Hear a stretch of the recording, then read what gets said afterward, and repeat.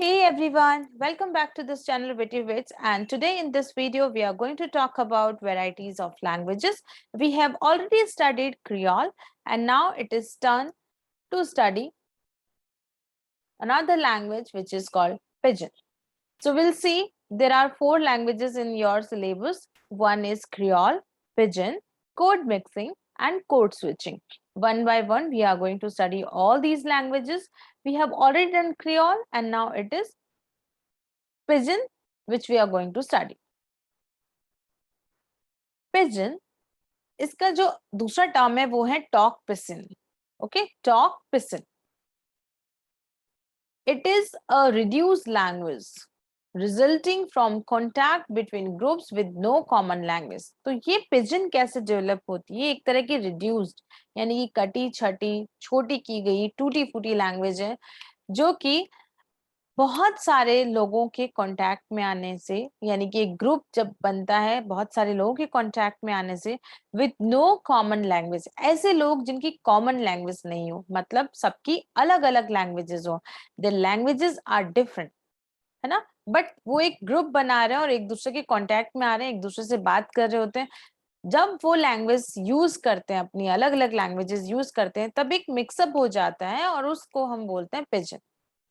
Pigeon का जो word है ये सबसे पहले अपेयर हुआ था प्रिंट फॉर्म में, यानी कि रिटन फॉर्म में देखा गया था कहीं पे pidgin as a language in 1850.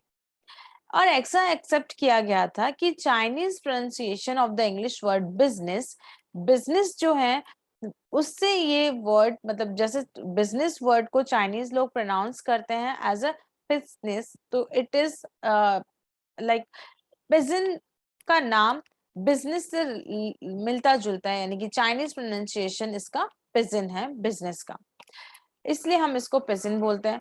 Another etymology that has been proposed in English, a bird sometimes used for carrying brief written messages. एक बर्ड जैसे कि पिजन आप जानते हो, कबूतर हम जिसको बोलते हैं, जिसका काम होता था रिटन मैसेजेस को ट्रांसफर करना इधर से उधर, तो कहते हैं कि दूसरा एटिमोलॉजी ये हो सकता है कि ये it is about somewhere related to pidgin.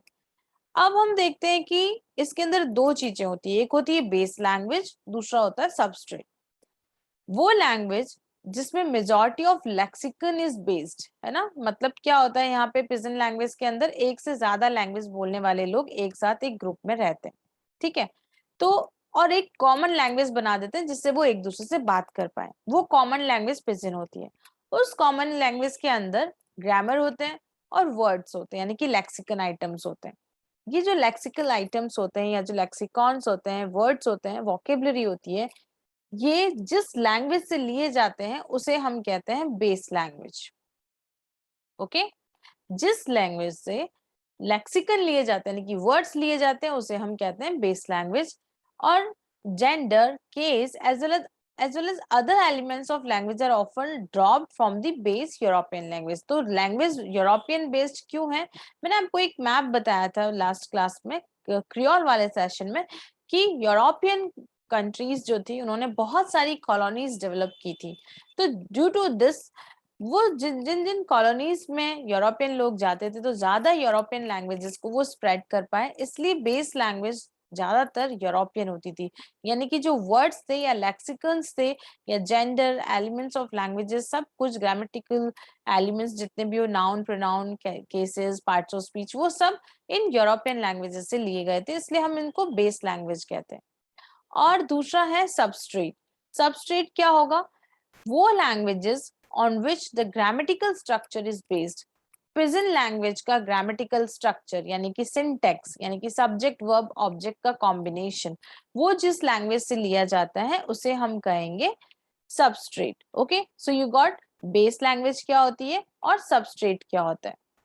अब हम देखेंगे the phonology in the Pidgin language is extremely unstable and changes often. Phonology मतलब phonetics means sound. इनका pronunciation और sound जो है वो बहुत ज्यादा unstable है, चेंज होता रहता है, बिकॉज वेराइटीज ऑफ लैंग्वेज बोलने वाले पीपल एक साथ रहते हैं तो उनका प्रोनाउंसिएशन स्टाइल भी डिफरेंट होता है, इसलिए ये हमेशा स्टेबल नहीं रहती बल्कि एक्सट्रीमली अनस्टेबल है. ओके यानी इनके फोनिक, इनके साउंड, इनका pronunciation and speech. Characteristics of a pigeon vary tremendously from speaker to speaker. Anything can be said in present that can be in another language. Okay, तो एक इस pigeon language की जो characteristics है वो बहुत ज्यादा अलग है ना, हर एक स्पीकर से बदल जाती है। एक स्पीकर उस पिजन को अपने स्टाइल में बोलता है, दूसरा अपने स्टाइल में, क्योंकि they are from different different backgrounds, their pronunciation, their speaking style, their language, their base words, they are different. So that's why यहाँ पे बहुत सारी डिफरेंसेस हैं लैंग्वेजेस में, लैंग्वेज की कैरेक्टरिस्टिक्स में डिफरेंसेस हैं, स्पीकर टू स्पीकर ये चेंज होती रहती है। इसका डिसएडवांटेज क्या है, क्योंकि because pigeon language lakhs the building blocks provided in other native languages. Building और ब्लॉक क्या होते हैं, जैसे कि article, prepositions, auxiliary verbs, subordinate, ordinate clauses, ये सारे के सारे जो लैंग्वेज को बिल्ड करने के ब्लॉक्स होते हैं, या जो भी जिससे लैंग्वेज फॉर्म होती है, ये सारी चीजें इस पिजन में एब्सेंट होती है। ओके और इस वजह से एक सक्सेसफुल कम्युनिकेशन, जैसे कि एक नेटिव लैंग्वेज या फिर हम कह सकते हैं किसी स्टैंडर्ड लैंग्वेज का सक्सेसफुल कम्युनिकेशन जिस तरह से होता है, उस तरह से इस पिजन का नहीं होता, क्योंकि इसके अंदर इसके जो बिल्ड करने के इम्पोर्टेंट लैंग्वेज आइटम्स हैं वो इसमें एब्सेंट है, वो नहीं होते हैं। ओके देखा हमने कि फोनोलॉजी भी डिफरेंट होती है, अलग अलग लोगों की स्पीकर टू स्पीकर वेरी करते हैं, कैरेक्टरिस्टिक भी वेरी करती है, और बिल्डिंग ब्लॉक्स नहीं होने की वजह से ये नेटिव लैंग्वेज से, यानी कि स्टैंडर्ड लैंग्वेज जैसे कि हिंदी, इंग्लिश, फ्रेंच, जर्मन, उन सब से ये अलग होती है। ओके अब हम देखते हैं कि कैसे बनती है pidgin. A pidgin is build from word, sound और body language from multiple other languages and cultures. Okay अलग अलग, मल्टीपल इन द सेंसेस एक से ज्यादा तरह के लोग, एक से ज्यादा तरह की लैंग्वेजेस, एक से ज्यादा तरह की कल्चर से वो लेते हैं वर्ड्स, ठीक है, वोकेब, लेक्सिकल, साउंड्स लेते हैं और बॉडी लैंग्वेज। इसलिए पिजन एक तरह से क्या है, mix up of different languages and different language styles. Okay, then we'll see qualities. Okay, what are the qualities of pigeon? So first of all we'll see that it has no native speakers. जो pigeon language है इसके native speakers नहीं है, मतलब ऐसा कोई भी नहीं है जिसकी मातृभाषा पिजन हो। क्यों? उसकी फर्स्ट लैंग्वेज पिजन नहीं है, क्योंकि पिजन लैंग्वेज बोलने वाले लोगों की जो नेटिव लैंग्वेज है वो पिजन ना होके कोई और होती है। Okay it means it is not one's native language, किसी की भी ये नेटिव लैंग्वेज नहीं है, यहाँ इसको बोलने वाला कोई नेटिव स्पीकर नहीं होता। सपोज हमारी हिंदी लैंग्वेज है, हिंदी हमारी मातृभाषा है, हिंदी हमारी नेटिव लैंग्वेज है।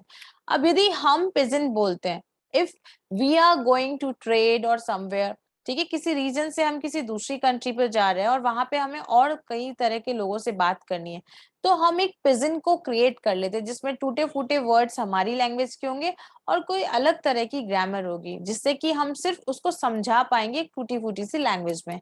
वो टूटी फूटी लैंग्वेज पिजन होगी और हमारी मातृभाषा है हिंदी, यानी कि पिजन क्या कोई नेटिव नहीं है। Okay it is spoken by millions as means of communication, और पिजन को बहुत सारे लोग सिर्फ कम्युनिकेशन के लिए बोलते हैं, ठीक है, ताकि, और कम्युनिकेशन वर्ड का मीनिंग होता है मीनिंगफुल अंडरस्टैंडिंग, कि मेरा जो मैसेज है वो मैं मीनिंगफुल वे में कन्वे कर पाऊं लिसनर को। Okay it is a product of multilingual, multilingual in the senses एक से ज्यादा लैंग्वेजेस का प्रोडक्ट है। For example 3 languages, suppose 3 language वाले लोग एक जगह पे आके मिल रहे हैं, जैसा मैंने बताया कि इंडिया, मालदीव्स और साउथ अफ्रीका, ये तीनों तीनों तरह के लोग यदि जाके लेसोथो या किसी भी एक प्लेस पे जाके, मॉरिशस या कहीं पे भी जाके ट्रेड के लिए मिलेंगे, बार बार मिलेंगे या एक ग्रुप क्रिएट करेंगे, तो क्या होगा, ये एक नई पिजन लैंग्वेज बना लेंगे। ठीक है, अब इन तीनों में से एक ऐसी होगी जो डोमिनेटेड होगी। सपोज यदि हम ये 3 लोग मॉरिशस जा रहे हैं तो मॉरिशस वाली लैंग्वेज डोमिनेट करेगी। डोमिनेट करने का मतलब उस लैंग्वेज के वर्ड्स ज्यादा लिए जाएंगे पिजन में, और बाकी लैंग्वेज जो कि कम लोग बोलते हैं उसको हम वो कम होगी, यानी कि जो 2 है वो इंफीरियर होगी, वो कमजोर लैंग्वेजेस होगी, उनके कम वर्ड्स लिए जाएंगे। ठीक है, द डोमिनेंट लैंग्वेजेस इकोनॉमिकल और सोशल। तो डोमिनेंट लैंग्वेज जो होगी वो होगी जिनके पास हम इकोनॉमिक पर्पस या सोशल पर्पस से जा रहे हैं।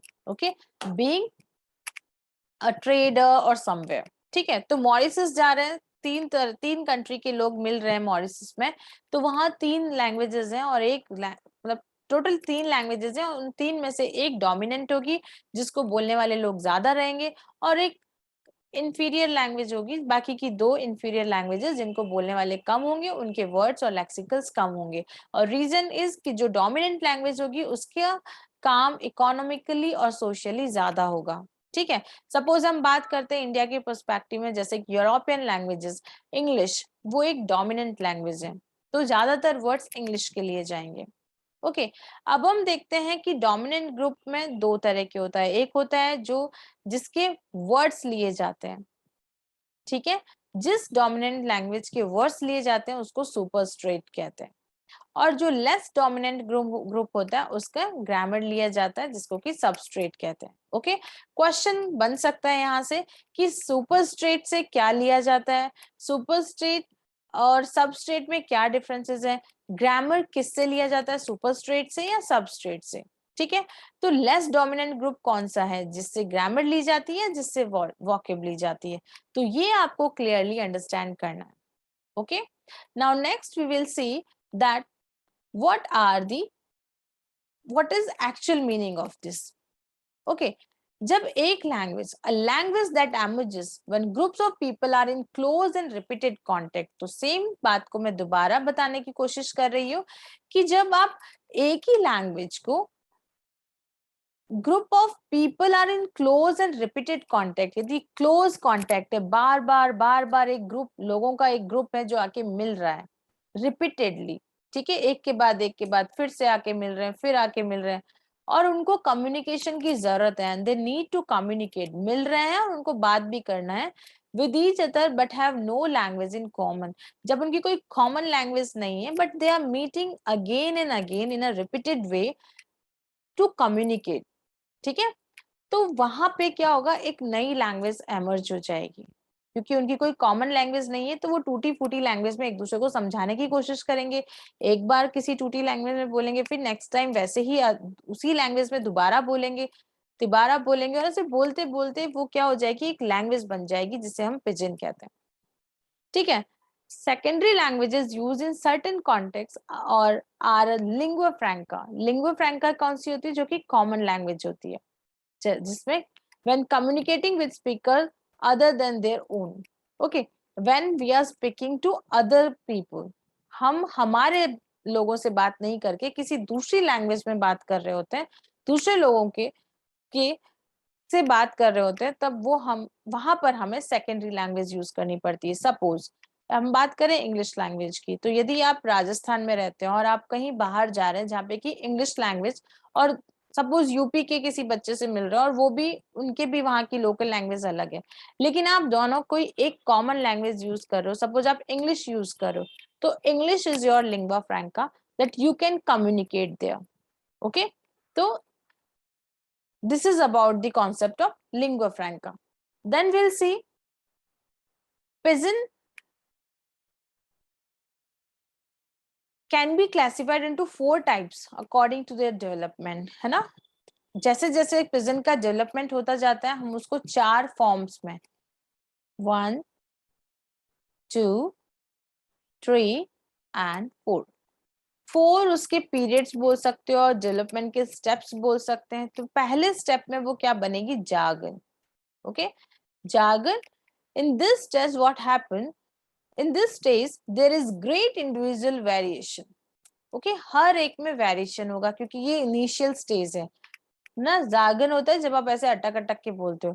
A very simple sound system, 1 or 2 word utterances and very small lexicon.